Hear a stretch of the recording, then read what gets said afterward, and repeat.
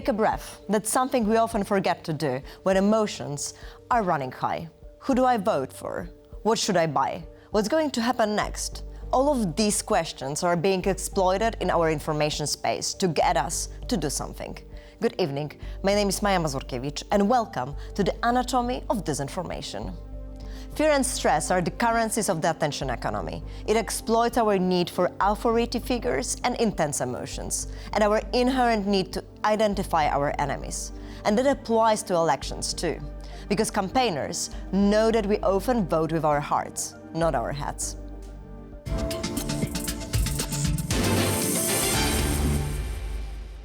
Our first guest joins us to talk about how our bodies respond to emotions, one of the key factors targeted by political campaigns. We'll analyze how emotional manipulation shapes voter behavior and see how disinformation campaigns exploit anger and fear to override rational judgment. Viktor Soral, Assistant Professor, Center for Research on Prejudice, Faculty of Psychology, University of Warsaw. He is a consulting editor for the European Journal of Social Psychology and member of the European Association of Social Psychology and the Polish Social Psychological Society. He works as a researcher at the Center for Research on Prejudice and the Robert B. Zając Institute for Social Studies. Mr. Soral studies how exposure to hate speech affects social prejudices and investigates the role that feelings of low personal control play in the formation of conspiratorial thinking. He is the author and co-author of numerous publications on hate speech and conspiracy theories, including articles in Journal of Personality, Scientific Reports, and Political Psychology. Viktor, thank you so much for joining us today. And I have the question. Do people vote with their hearts or their minds? Well, thank you. First of all, thank you for reminding me. People vote with both. We cannot separate our minds from emotions or emotions from our minds. Well, we think through emotions, and if we don't have any emotions, we just don't act. So we need emotions to vote. However, if emotions play the only role in our behavior, that's the problem, I think. And is it the case these days? It becomes the case in some situations, and politicians try to use our emotions to make us vote according to their will, or they use emotions like to hack our brains into thinking that the world around us is according to their views, and to make us to vote for their candidates who promise to make the world better or great again.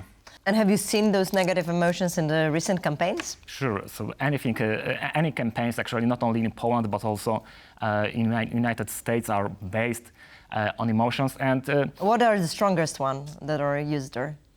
I think one of the emotions that I observe, especially in different studies or surveys, is contempt, like the feeling that my group is better than the other group, and we have some privileges to decide about everyone in our society only because we believe that other group is not so humane as we, does not have any so much moral credibility as ourselves. And that's kind of polarizing That's very polarizing emotions that also leads to lack of communication between different sides of the political scene.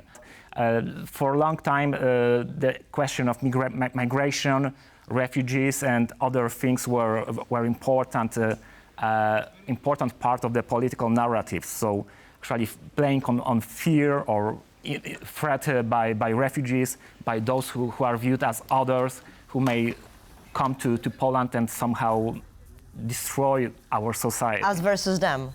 Yeah, us versus them is the typical part of the political narrative. So it's either us versus these others, so cultural others, or us, poor people, versus the elite, versus those who are rich, those who are behind banks, corporations. So this is something that is always plays a role in populist narratives. And we can see it, for example, at the MAGA campaign as well? Make America Great Again? Is it like exactly? Yeah, the question of migration was very important in the campaign, but I think also the disgust or contempt towards the political elites. So I think Donald Trump won the presidency because he presented himself as someone who is not part of the political elite of this, someone who is not inside the politics, either Democratic or Republican. He presented himself as someone who is like the outsider and not part of this system of connections. He does not have elitist views. But this does not mean that we should, for example, vote for specific candidates that we feel are guided or that motivated by these different emotions. So it is important to realize that politicians or different actors, media, try to use our emotions often against us, and try to think about different perspectives of different actors, but also about our own interest, what is in line with our own interest, and how we should vote despite these different emotions. So it's like buying a car. Can we afford a car, even if we like it very much, or and if we love how the looks and the driving experience?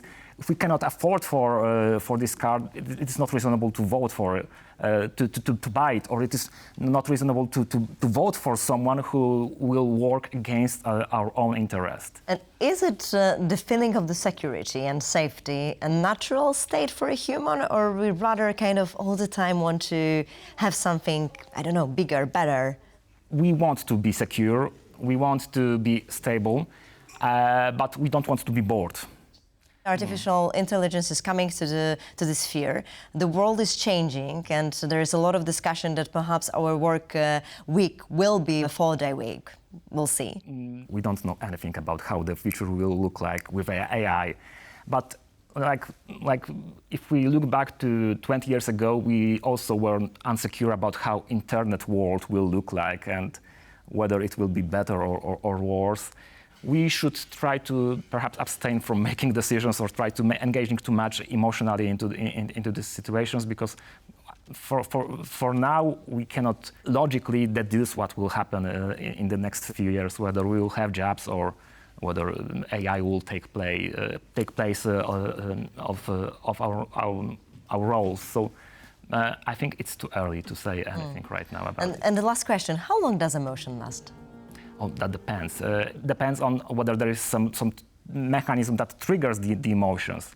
If it lasts too long, then perhaps there is some problem with our health or mental health. But usually it's good to kind of feel the emotion and then it's going to pass, right? Yeah, emotions play some functions that help us navigate through our social world, to make us feel better, or to make us feel more attuned to the social world. So that depends on what is the reality around us. Thank you so much. I think accepting emotions is one of the things that definitely we should work more on.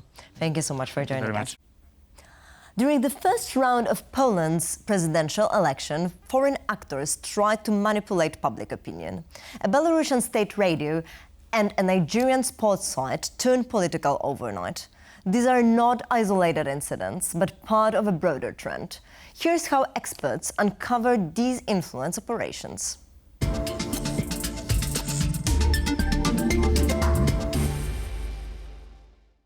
Russia has been interfering with elections in Europe, in Georgia, Romania and Moldova. Well, in the case of Poland, a special monitoring center was established to secure the election process. To talk about the work of this center is here with me Saman Nazari, OSINT analyst and research expert from Alliance of Europe. Hello, Saman. Hi, thank you for having me.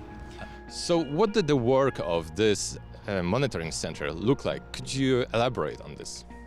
Yes, Alliance for Europe, together with a consortium of FIMI ISAC members, such as ISD, GlobeSec, the DFR Lab, and debunk.org, gathered with a whole bunch of more than 10 Polish organizations, such as Demagog and InfoOps Poland. I mean, working actively online together to monitor foreign threats towards the integrity of the Polish elections.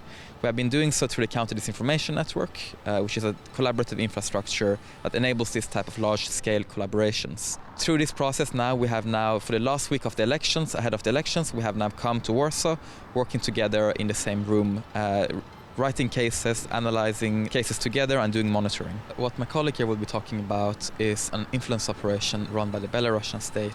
I will leave it to my colleague Kamila to explain more.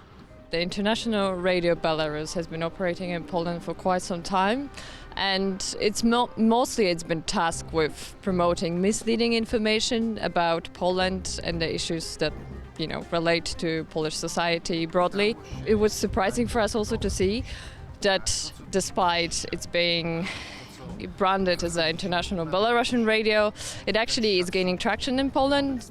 What we've seen on the international Belarusian radio is that they discredit most of the candidates. They promote one of the candidates, Maciej Maciek, that came from nowhere. They gave him a lot of airtime. I think they interviewed him around 6 times, which in comparison to other candidates and their prominence, it's kind of unusual. It's a little bit suspicious, to say at least. Another very interesting case, so we've seen the sports news website that is operating out of Nigeria, that it's seemingly also funded, or it gets a help from an Italian media company, so it's a collaboration. And this outlet has been mostly publishing news about sport for most of the time. However, just before the Polish election, it switched the gear from one day to another.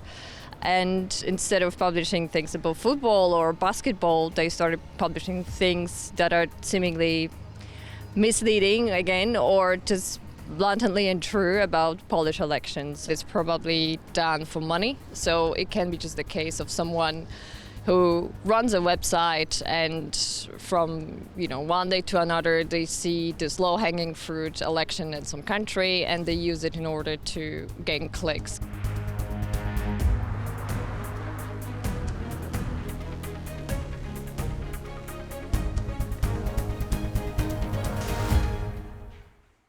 So what emotions really rule societies during elections?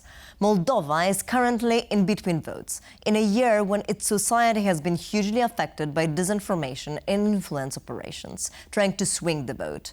Our next guest joins us to talk about the emotions brewing in Moldova right now. Victoria Dodon, Editor-in-Chief, Independent Journalism Center, Moldova. She's a journalist and media analyst specializing in media monitoring, disinformation, and the Moldovan media ecosystem. As the editor-in-chief of the Independent Journalism Center, she leads initiatives on media analysis, media literacy, ethics, and information security. Ms. Dodon has experience in researching and consulting on disinformation and fake news, with a focus on the challenges facing independent media in Moldova. She previously worked as a journalist for the Center for Investigative Journalism of Moldova and as a reporter for Adevărul Holding. Victoria, welcome, and thank you so much for joining us today. Thank you for having me. Thank you. And so today we are talking about what is happening in Moldova. Moldova is in between elections. And, one of the main goals of the influence operations, especially of Russia, is diminishing of the public trust in the institutions and democratic institutions. So how strong is the public trust in democratic institutions right now in Moldova, and especially in the elections? Well, according to surveys and according to the general atmosphere in the country, what we see is that during the last elections, presidential elections, and the referendum for EU accession, both of them, passed by a very narrow margin, with just over 50% of votes in favor of the EU and for a president that is aligned with European values. So we see this like duplicity. On one hand, half of the population has a strong preference towards West, towards our European future.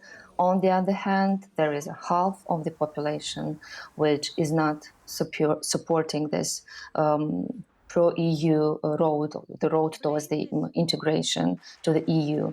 So it's half, and there is a clear understanding that a much bigger effort should be put by all the actors in the country in order to increase the trust of the public in the institutions and in the European future of the country. And what are the emotions that are ruling right now the Moldovan society? Is there a fatigue about this polarization you mentioned? On one hand, yes, I would say that there is a certain fatigue. On the other hand, there is an understanding that this fatigue is not helping us, that we should push for more conversation, for promoting more, better, and larger into the masses, the messages, the values, the strategic communication of the country. But on the other hand, unfortunately, there's a huge amount of disinformation, of manipulation techniques used by especially pro-Russian media, a bunch or a flood of disinformation on social media, on TikTok, Telegram, on Facebook, which is exploiting a lot of emotions. This is about fear. This is about nostalgia for the Soviet period of the country, where allegedly our country flourished, and a lot of fear towards what EU represents, what NATO represents, what might be the consequences if we integrate into the EU, and so on.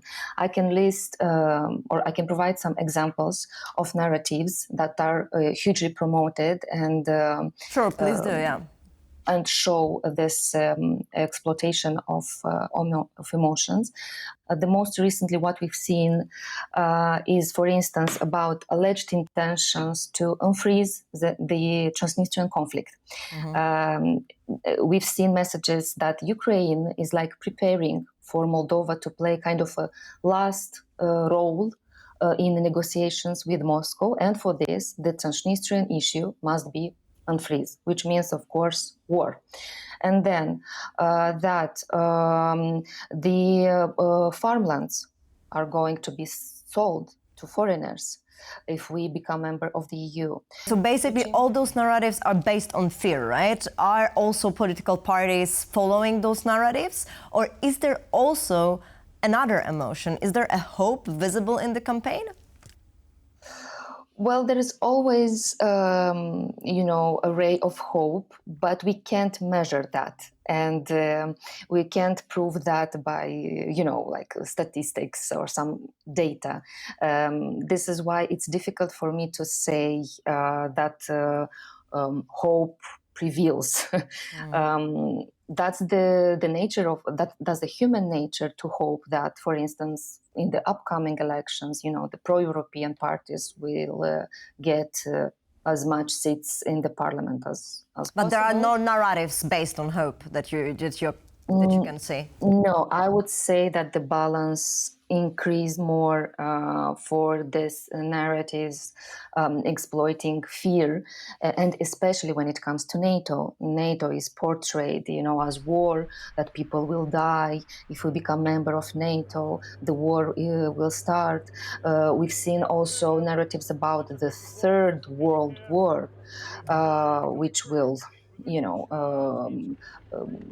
come in the very near future. So there's a lot of fear if we look at the disinformation and manipulation techniques and narratives. And is Moldovan society aware of disinformation, these influence operations happening on the ground? I would say that a good part of the population is aware, but it's not enough to be aware.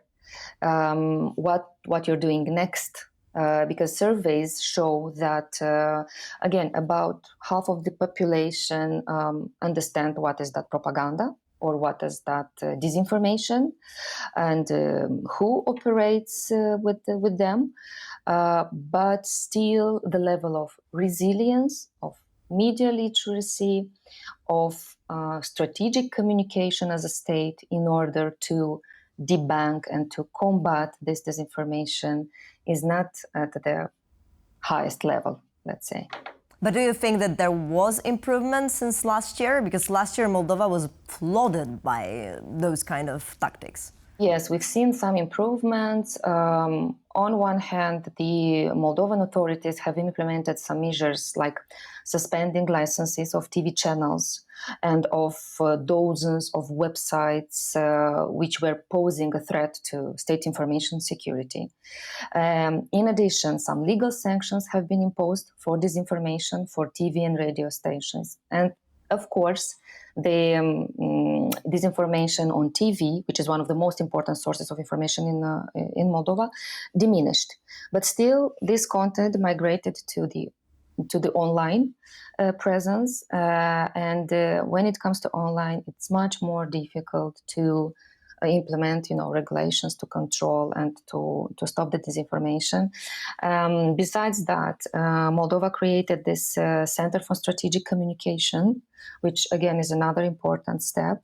But still, there's an urgent need to counter this disinformation efforts, and I believe it's never enough. It's never enough. And Victoria, I have a last question, because we were talking a lot about emotions, and probably it's more of your feeling, but do you think that the Moldovans are aware of what to do and how to kind of accept or fight the fear?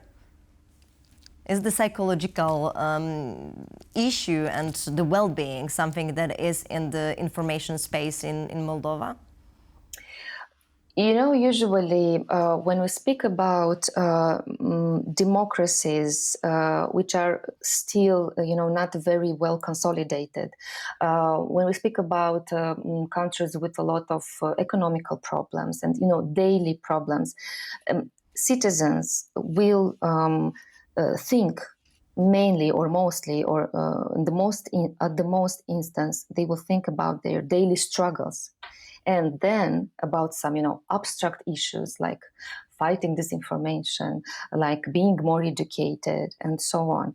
So from this point of view, as I said, Moldovan citizens are more and more aware of what are the effects or what might be the bad impact on disinformation on the society. And we see what's been happening, in Poland, in Romania lately during the elections. We've seen during our elections that there is still a part of the society with critical thinking we take into account the diaspora when it comes to voting. As I said, there is an understanding, but certainly there should be done much more in order to provide to people skills to fight at an individual level with this disinformation, to pose questions, to try to make a distinction between what's true, what's false. Let's hope that there will be less and less interference in the Moldovan election. Thank you. Let's hope. Thank you. Let's now find out what hate speech is and how it relates to disinformation. Hate speech is any form of communication that attacks, demeans, or incites hostility against individuals or groups based on characteristics like race, religion, ethnicity, gender, or other identity factors. It often uses slurs, stereotypes, or calls for violence to marginalize targeted communities. In the context of disinformation, hate speech is frequently amplified through coordinated campaigns that exploit existing social tensions. In a world where our emotions are triggered not just by our social interactions, but amplified by mass media, the only way to stay sane is to be aware. Realizing that everything we see or read has an impact on us makes us savvier consumers of information. But that's easier said than done. So next time you reach for your phone to scroll through your social media feed, remember to keep calm and think deeply.